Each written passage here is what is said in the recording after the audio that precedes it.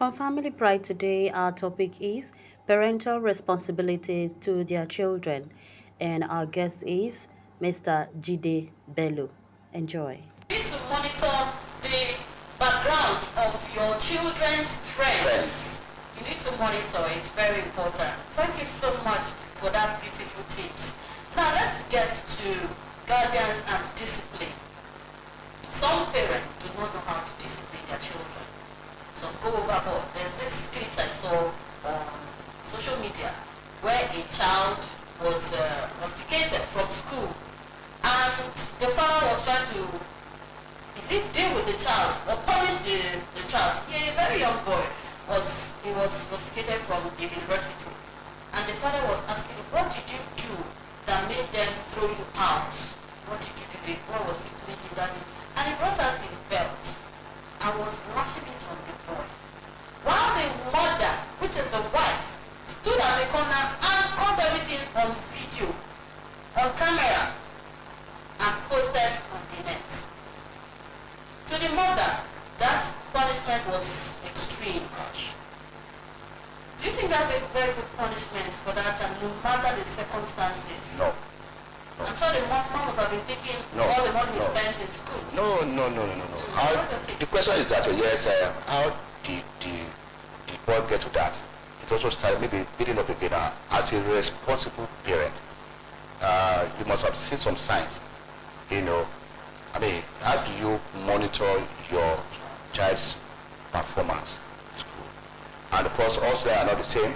Yes. Some are gifted, some are, so, and you need to also make sure, yes, you can just give them encouragement and look at the other area of weaknesses too. Just provide a support. You don't need to condemn any child here.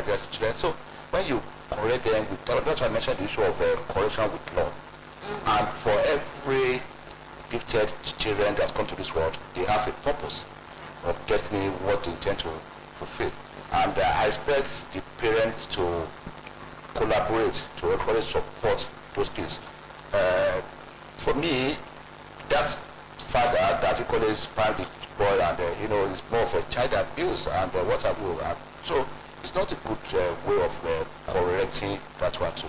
And sometimes again, you can also set a kind of some form of emotional imbalance and what have you, or the light of that trend is where I grow up. So that form of problem, you can probably find other way, corrective way, or just encourage the person to run. It can change. We see such again when they are not performing very below standard, average in their first year or second year, and with encourage again, they also catch it up again and develop again.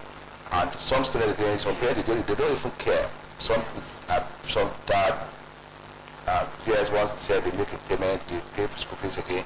Yeah, not must have been the pain of that father. Pain, and it's not just an ordinary university. It was a private university. So the man must have been thinking all the money I've spent. So, but how do you think is best, or what ways do you think is best to discipline a child? For me, you need to, of course, have a kind of character and stick motivation.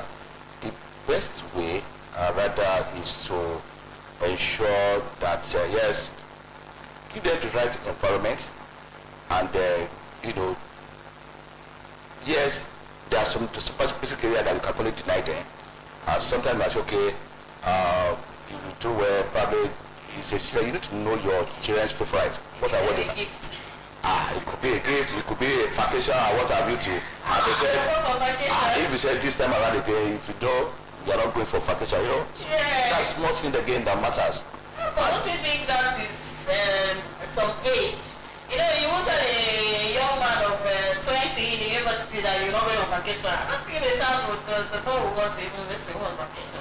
But again, it's also, you can build that some other motivational you can encourage too. Yes. Mm-hmm. That's what I'm saying. True. Okay. Now, what's the protection? Let's talk about protection and safety now. We know every child deserves to be protected by their parents. Parents should ensure their children's safety. At least they owe them that. Now, what steps can parents take to ensure their children's physical safety and well-being, such as providing a safe home, like you earlier said, environment, environment and supervising their activities, what steps do you think parents can ensure that their children are safe or well taken care of in terms of safety? Safety is one of the needs again, parental, because you bring these children to this world. And when you look at the hierarchy of needs, safety also comes into. Safety in terms of the environment, safety in terms of the friends, they also keep. Safety even in the schools they go along to. Some schools nowadays again, yes, there are so many security challenges again, and you need to also ensure that yes, children are safe, even within the school or outside the schools. Okay, but in terms of bullying, bullying happens virtually in every, not just schools alone, even the environment. How can these children be protected from bullying? Well, for the area of bullying, honestly, it's just to say if there's anything from bullying, number one, you tell your children again that bullying is not acceptable, even within the family. Yes. And once they also that is that right there, even when they get to school, they will not involved in bullying. And so that of course even in the family, and if anybody bully you, just find a way of reporting, make sure that they don't hide it. Yes. You know, keep that one just there so that you inform your parents. Speak up. Yeah. You know, and that's the only way one can correct it. Because there's some challenges that the children cannot handle on their own. Sure. So they need to inform their parents to let them know what's going on in their life. So that yes, it cannot be so that they won't be stigmatized again and also fall into wrong hands too. Yeah, you just speak out. Yeah. Okay. So speak out. If you see something, say something. That's it. Enjoy bullying at all. Because No. it can lead to so many things. It can lead to death. It can lead to psychological trauma, mental illness. So say no to bullying. Now let's look at role models now for parents to their children. What values and principles should parents model for their children, and how can they do this effectively? How can parents be role models Yes. for children?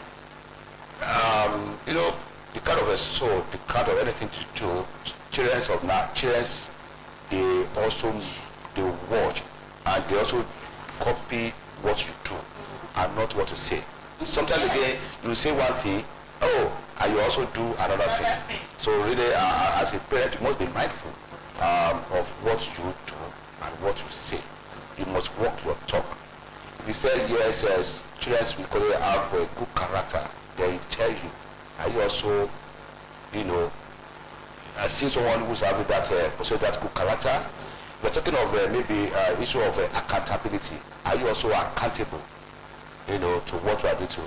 If you are saying yes, you need to also be honest. Are you also honest in dealing with your children as well? Yes.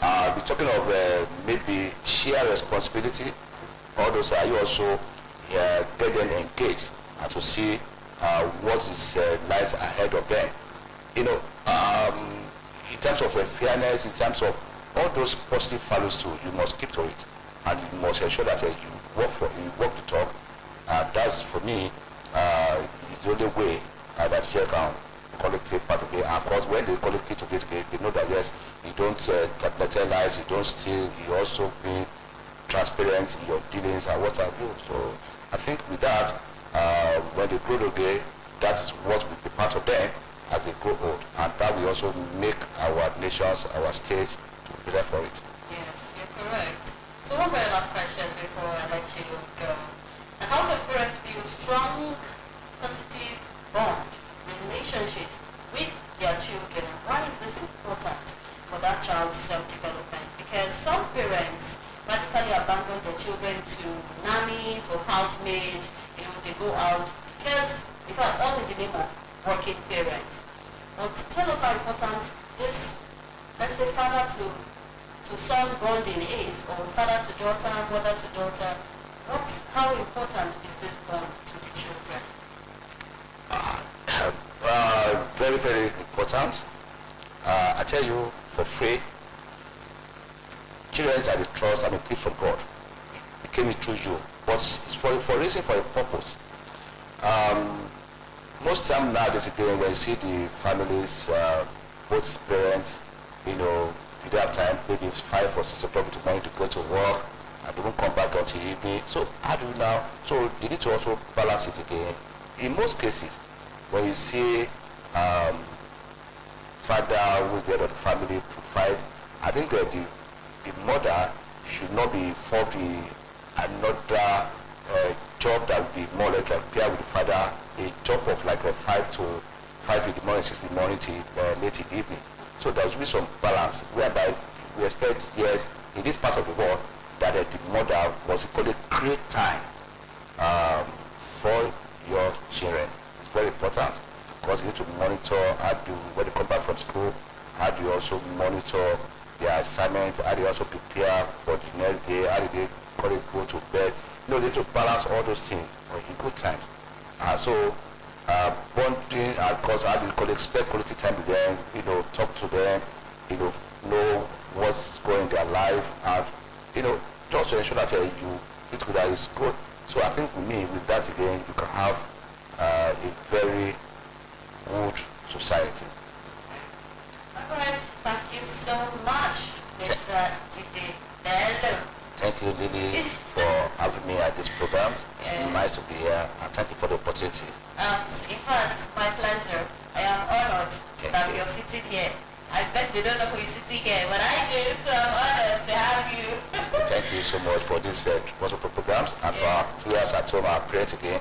Please let's keep on. God will continue to provide for us as we strive to equally keep to our duties as responsibilities as parents over our children. Thank you for having me. Thank you so much. So you have heard it all. Heard it all from Mr. Jide Bello. He's been talking to us on the parental duties to children. You've heard it all. I don't think there is any other thing I have to tell you that you haven't heard today. So if you are a good parent or you want to be a good parent, please do well to key into all this listed out that you have to do. Be there for your children. Be there for your children. Make time to bond with your children.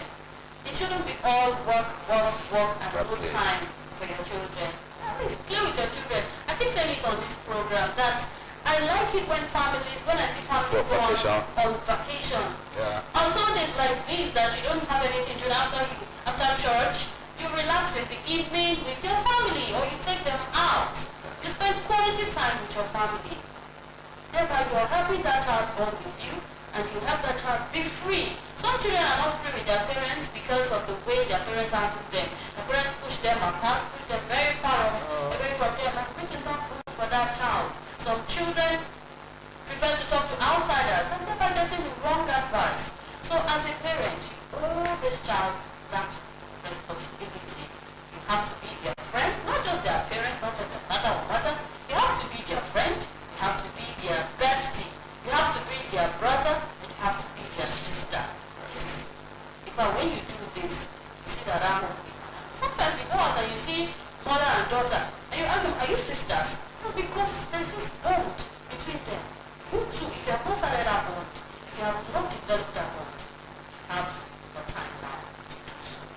So on that note, we're going to draw the curtain on this program, Family Pride. I hope you enjoyed it. I'll meet you again next time on this station. My name is Lily Chupu.